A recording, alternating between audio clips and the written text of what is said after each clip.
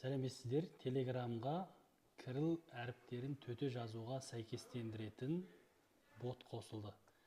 Оны төте конвертер деп жазып іздеп таба аласыздар. Сосын бастау дегенді басқаннан кейін осы араға кириллше мәтінді жазсаңыз болғаны сізге бірден төте жазу нұсқасын қайтарады.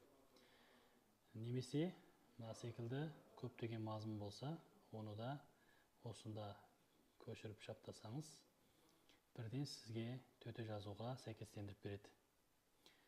Бұл боттың аты төте конвертер немесе төте конвертер бот деп іздесеңіз болған.